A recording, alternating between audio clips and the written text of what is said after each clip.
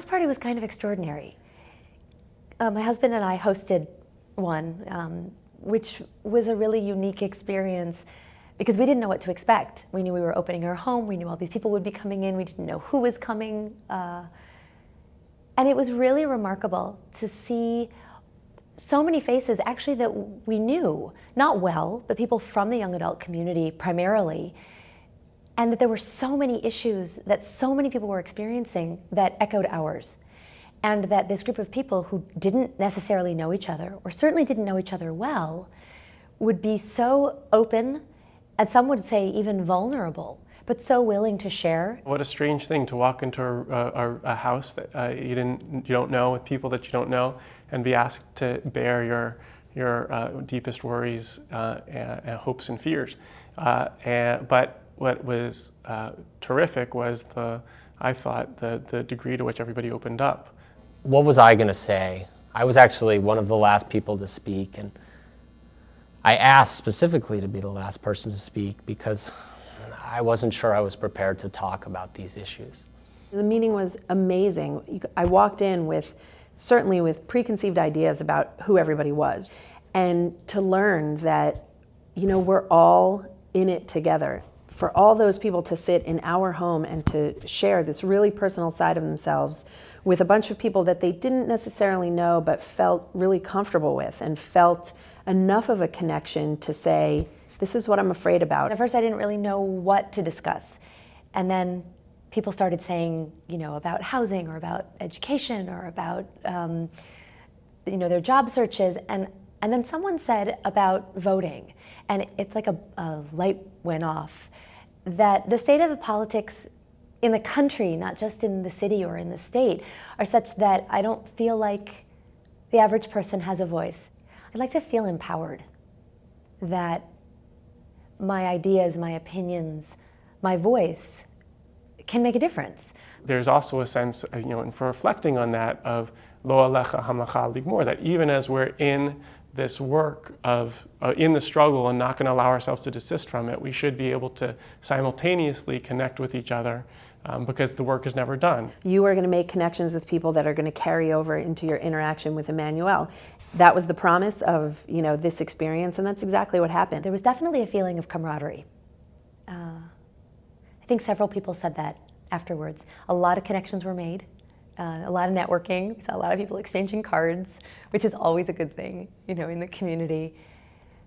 And I think that as a host, we love having people in our home, and having a focus around having people in our home just made it feel so much like home, which is a really nice way to share with the community and to come together.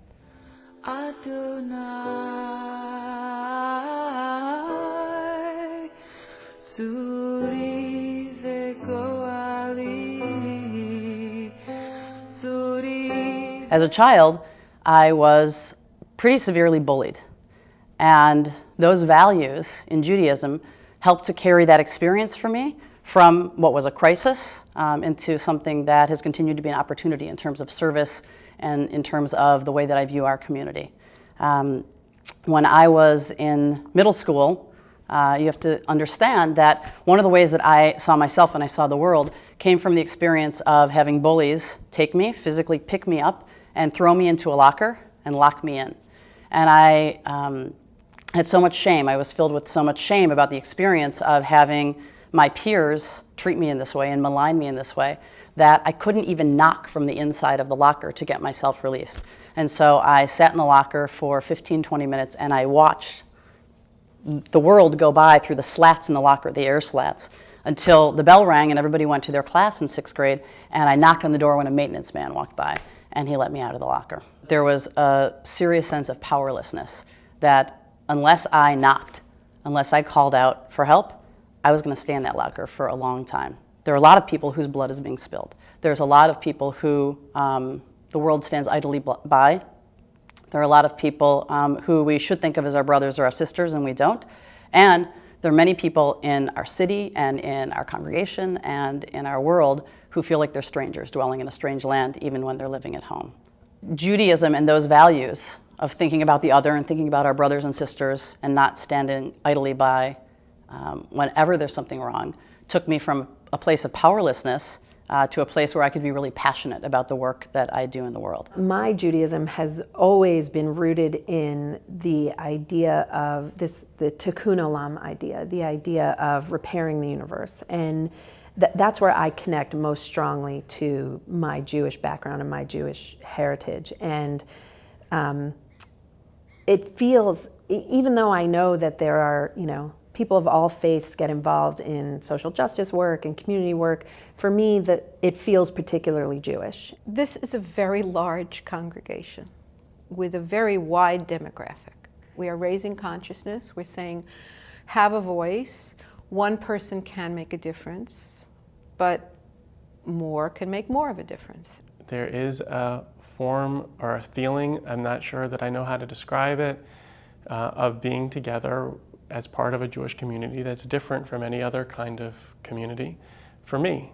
It's that deeper level of connection that you have with others in the community that Emmanuel provides, that I was without for several years, and I was a little lost without it.